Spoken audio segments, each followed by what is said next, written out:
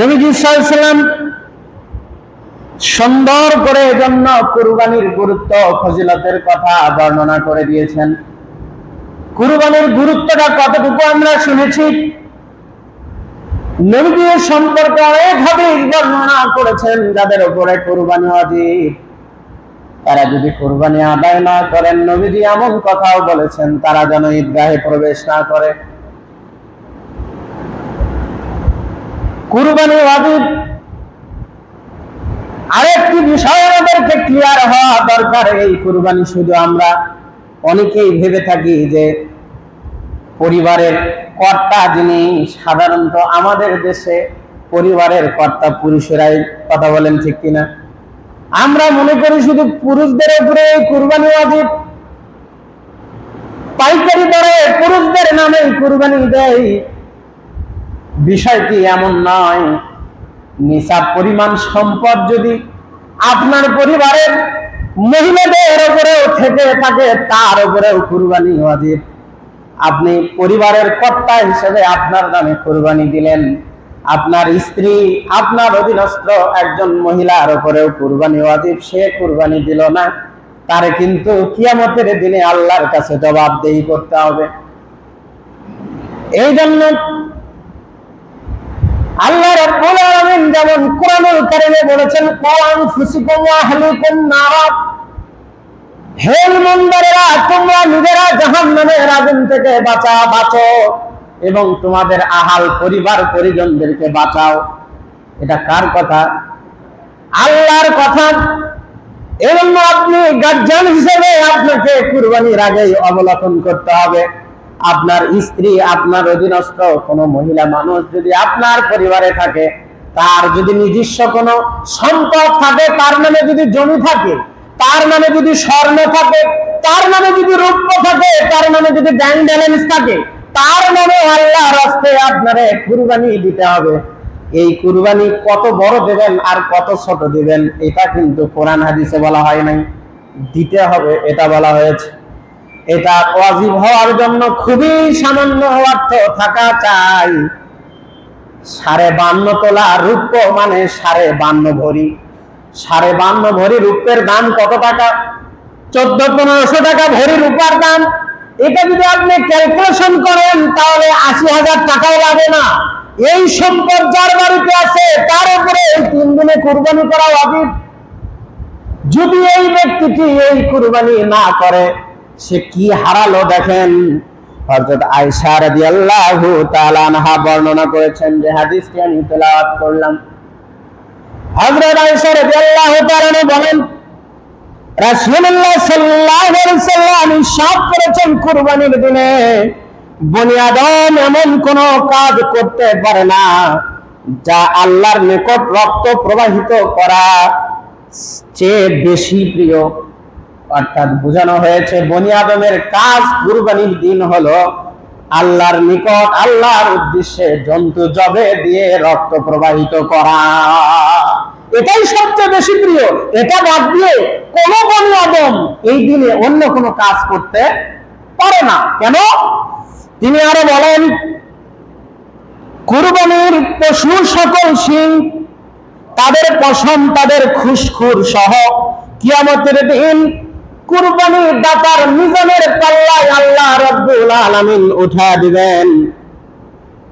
এগুলো কুরবানির দাতার মিজানের পাল্লায় হাজির করে দেওয়া হবে। আর কুরবানির পশুর রক্ত মাটিতে পড়ার আগেই আল্লাহর নিকট ওই বান্দার মনের যে চাওয়া পাওয়া, তাকওয়া, লা ইয়ানালুল্লাহু লুহুমুহা ওয়ালা দিমাউহা ওয়ালাকিন ইয়ানালুহুত তাকওয়া, কুরবানির রক্ত, মাংস, গোশত, হাড্ডি কিছুই আল্লাহর নিকট পৌঁছায় না, আমার আল্লাহ রাব্বুল আলামিনের নিকট পৌঁছে কুরবানি দাতার তাকওয়া। সুবহানাল্লাহ জোরে বলবেন না, না গোশত খায়া বলবেন? এই যে হ্যাঁ, দেখছেন কত চালাক, জোর করে নিয়ে বলবে।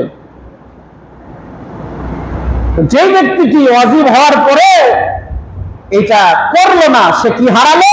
কিয়ামতের দিনে কঠিন মুসিবতের সময় দাঁড় হয়ে যাবে, যেই সময় একটা নেকির জন্য মানুষ ছোটাছুটি করতে থাকবে। এই আলোচনা আপনারা অনেকদিন শুনেছেন যে মা তার সন্তানকে ভুলে যাবে, পিতা তার পুত্রকে ভুলে যাবে, সবাই ইয়া নাফসি বলে চিৎকার করতে থাকবে, কেউ কারো পরিচয়টা দেবে না। এমন সময় কুরবানি দাতার মিজানের পাল্লায় যদি আল্লাহ কুরবানির খুর, কুরবানির পশুর চামড়া, এর হাড্ডি, এর সবকিছু উঠে দেয়, আপনার নাজাতের ওসিলা হতে পারে কি পারে না? আমার কথা কি বুঝেন না আপনারা? পারে কি পারে না? তাহলে এই সামান্য অর্থ, কত টাকা আপনি সিগারেট খাওয়া শেষ করেন, পান জর্দা বিড়ি খাওয়া শেষ করেন, হিসাব আছে? বছরে একটা বছর হিসাব করে দেখেন তো, কুরবানির টাকার চেয়ে যদি কম যায় তাহলে সব টাকা আমি ব্যাক করে দিব, আমার থেকে নিয়ে নিন। হিসাব করেন যারা এগুলো খান, যারা এসব খান, সারা বছরে কুরবানির এক ভাগের অথবা একটা ছাগল কিনতে যে টাকা লাগে, এর চেয়ে যদি কম যায় আমি ওয়াদা দিলাম এই টাকা আমি দিব, যেখান থেকে পারি নিয়ে এসে দেবো। আর যদি বেশি যায় তাহলে কি করবেন? বেশি যাবে, কারণ আমরা অপচয় করতে কোনোদিন হিসাব করি না। দোকানে যাই, একটা ঠান্ডা দাও 30 টাকা, একটা পান দাও 5 টাকা, একটা মোমবাতি দাও আল্লাহ জানে 10 টাকা না 15 টাকা, এরপরে আরো কত কিছু, এক বস নয় 45 টাকা। কথা কান ঠিক কিনা? দিনে যদি 2 বার দোকানে যান 90 টাকা। এখন 365 দিনে কত যায় হিসাব করেন। আমরা হিসাব করি আল্লাহর ইবাদতে এসে, কিন্তু অপচয়ের সময় হিসাব করি না। আল্লাহর ইবাদত যারা করে তারা হয় আল্লাহর তাকওয়াবান বান্দা, আর যারা অপচয় করে তারা হলো শয়তানের বন্ধু। আমরা কোনটা হতে চাই? একটু জোরে বলেন তো, কোনটা হতে চাই? আল্লাহর তাকওয়াবান বান্দা হতে চাই। আল্লাহ আমাদেরকে কবুল করুক, জোরে বলি আমিন। হযরত নবীজি সাল্লাল্লাহু আলাইহি ওয়াসাল্লাম আরো সুন্দর করে বলেছেন, হযরত যায়েদ বিন আরকাম রাদিয়াল্লাহু তাআলা আনহু বলেন, যে হাদিসটি আমি তেলাওয়াত করেছি, তিনি বলেছেন রাসূলুল্লাহ সাল্লাল্লাহু আলাইহি ওয়াসাল্লামকে বলা হলো, হে আল্লাহর রাসূল সাল্লাল্লাহু আলাইহি সাল্লাম, এই সকল কুরবানির ফজিলত কি? নবীজি সাল্লাল্লাহু আলাইহি ওয়াসাল্লাম বললেন, তোমাদের জাতির পিতা ইব্রাহিম আলাইহিস সালাতু ওয়াস সালামের সুন্নাত। জোরে বলেন সুবহানাল্লাহ। জাতির পিতা ইব্রাহিম আলাইহিস সালাতু ওয়াস সালামের সুন্নাত।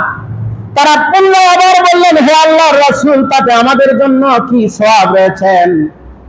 সওয়াবের বর্ণনা কিন্তু আয়েশা রাদিয়াল্লাহু তাআলা আনহাও দিলেন।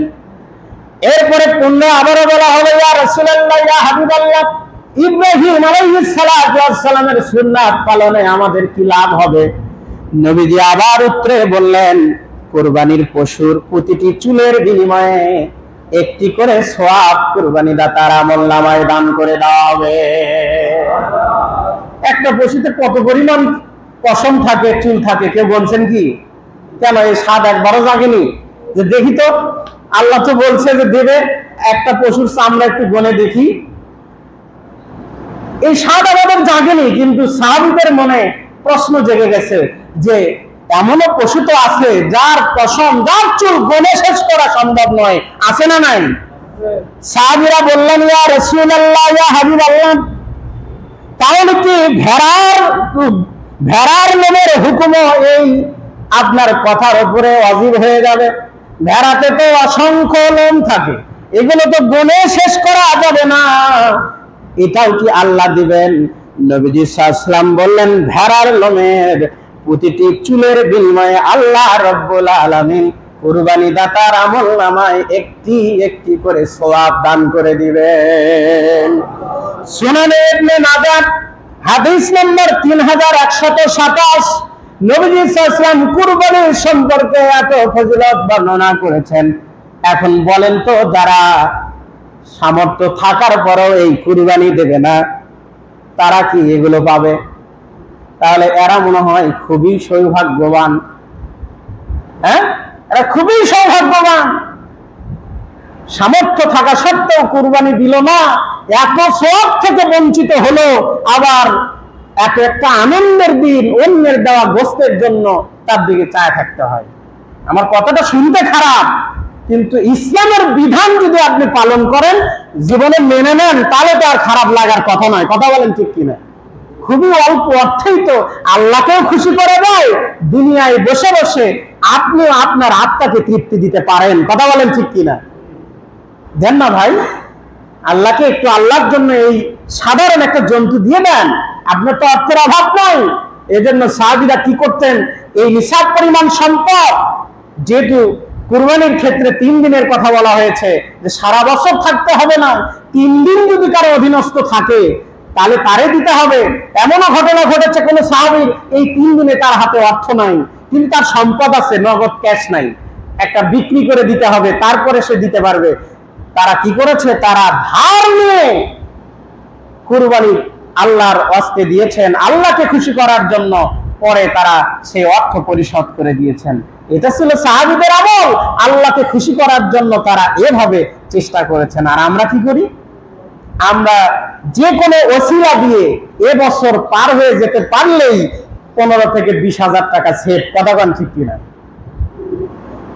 কেন আপনাকে এত টাকাই দিতে হবে, তার তো প্রয়োজন নাই। আপনি একটা ভেড়া নিয়ে এসে দেন, যাতে সবচেয়ে সওয়াব কিয়ামতের দিন আপনার আমলনামায় আল্লাহ বেশি তুলে দিবেন।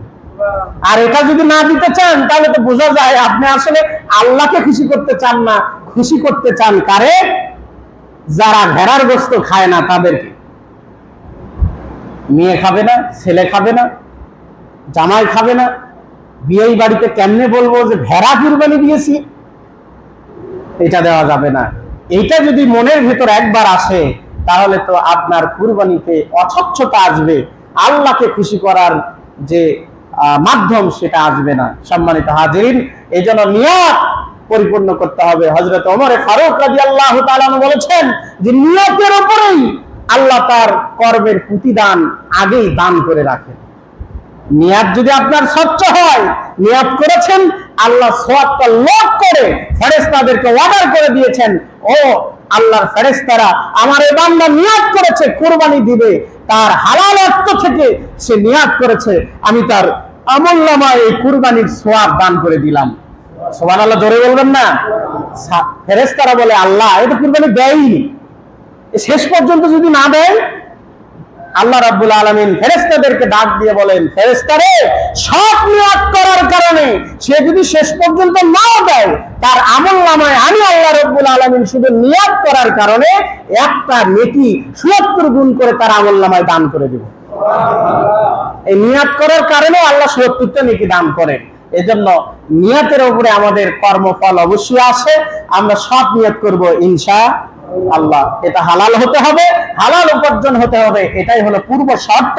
কেননা ভাই, আপনি গোশত নিজে খাবেন, আপনি নিজের পরিবারকে খাওয়াবেন, আল্লাহকেও সন্তুষ্ট করবেন, এত এত পরিমাণ সওয়াব হাসরের ময়দানে মিজানের দাড়িপাল্লাই নিবেন, যে মাধ্যমটা দিয়ে, সেটা হলো ইব্রাহিম আলাইহিস সালাতু ওয়াস সালামের সুন্নাত। আপনি ত্যাগ করতেছেন কিছু টাকা, আর হযরতে ইব্রাহিম আলাইহিস সালাতু ওয়াস সালাম ত্যাগ করেছিলেন নিজের কলিজার টুকরা সন্তানকে। কথা বলেন ঠিক কিনা? ছোট্ট বয়সে শিশু অবস্থায় দুগ্ধপুষ্য সন্তানকে হযরত হাজরা আলাইহিস সালাতু ওয়াস সালামের সঙ্গে মরুর দেশে বনবাস দিয়ে তারে রেখে আসলেন আল্লাহকে খুশি করার জন্য। এটাই কুরবানি, এটা ছিল প্রথম কুরবানি, যে কুরবানির শব্দ অর্থ হলো ত্যাগ। আল্লাহকে খুশি করার জন্য ছোট্ট কলিজার টুকরো সন্তানকে তিনি তার মায়ের সঙ্গে বের করে একটা নির্জন জায়গায় ফেলে রেখে আসলেন। হাজরা আলাইহিস সালাতু ওয়াস সালাম পেছন থেকে ডাক দিয়ে বলতেছিলেন, ও আল্লাহর পয়গম্বর ইব্রাহিম, তুমি জবাব দিয়ে দাও, আমার কি অপরাধ, কি কারণে আমার এই দুগ্ধপুষ্য সন্তানটিকে সহ এই মরুভূমিতে রেখে গেলে? ইব্রাহিম আলাইহিস সালাতু ওয়াস সালাম বৃদ্ধ মানুষ, নির্বাক, মুখে কোনো ভাষা ছিল না। তিনি শুধু শাহাদাত আঙ্গুল উঁচু করে আসমানের দিকে তাকায়া ইশারা করে বুঝালেন, ও হযরত, এটা আমার ইচ্ছা নয়, এটা আমার আল্লাহ রব্বুল আলামিনের চাওয়া। জোরে বলেন সুবহানাল্লাহ। তিনি প্রথমেই কুরবানি দিয়েছিলেন। আপনি পারবেন? আপনাকে যদি বলা হয় যে আল্লাহর জন্য, তাকে খুশি করার জন্য, নবীদের আদর্শ বাস্তবায়ন করার জন্য আপনাকে ত্যাগ স্বীকার করতে হবে, আমি বলবো যে কি হবে পরে দেখা যাবে, এখন এই কাজ করা যাবে না। কতক্ষণ ঠিক কিনা? এই দুগ্ধপুষ্য সন্তানও এখানে রেখে আসবো, খাবে কি, পড়বে কি, কোথায় দুধ পাবে, কোথায় সেরিল্যাক পাবে, কোথায় বায়োমিল পাবে? কতক্ষণ ঠিক কিনা? আমাদের তো এখন আইটেমের শেষ নাই, এগুলো করা যাবে না। কিন্তু ইব্রাহিম ইসলাম একবারও ভাবেন নাই। বড় হলো, আল্লাহর অর্ডার চলে আসলো, আল্লাহ বললেন ফালাম্মা আসলামা ওয়া তাল্লাহু লিল জাবিল, পিতা এবং পুত্র আল্লাহর জন্য জবে হওয়ার জন্য, একজন জবে হবে আর একজন জবে করবে, দুজনই আল্লাহকে খুশি করার জন্য একই প্ল্যাটফর্মে দাঁড়িয়ে গেল। জোরে বলেন সুবহানাল্লাহ। সম্মানিত উপস্থিতি, আসুন আল্লাহ রাব্বুল আলামিন আমাদেরকে ইব্রাহিম আলাইহিস সালাতু ওয়াস সালামের এই সুন্নাত অনুসরণ করে আমাদের এই যে ত্যাগ, সামান্য ত্যাগকে যেন কবুল করে, এটা যেন খালেস নিয়তে হয়। সকলে জোরে সরে বলে আমিন। বাকি আলোচনা আগামী জুম্মায় শুনবো ইনশাআল্লাহ।